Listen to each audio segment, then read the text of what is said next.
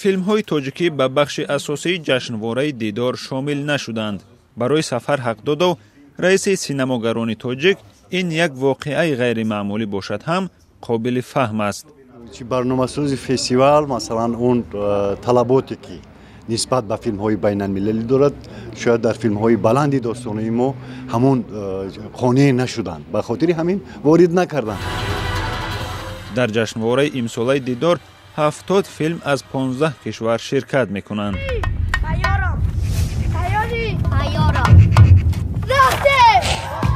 Тангно филме аз Муҳиддини Музаффар ки бар асоси навиштаи нависандаи тоҷик Сорбон таҳия шудааст, барои сабқат дар ин ҷашнвора пешниҳод шуда буд.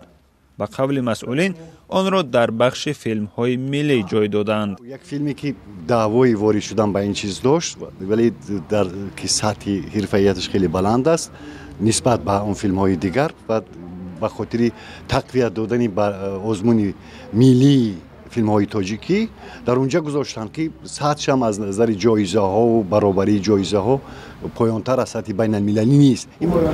ҳанӯз филмҳои тоҷикӣ шоҳҷоизаи фестивали дидорро нагирифтаанд.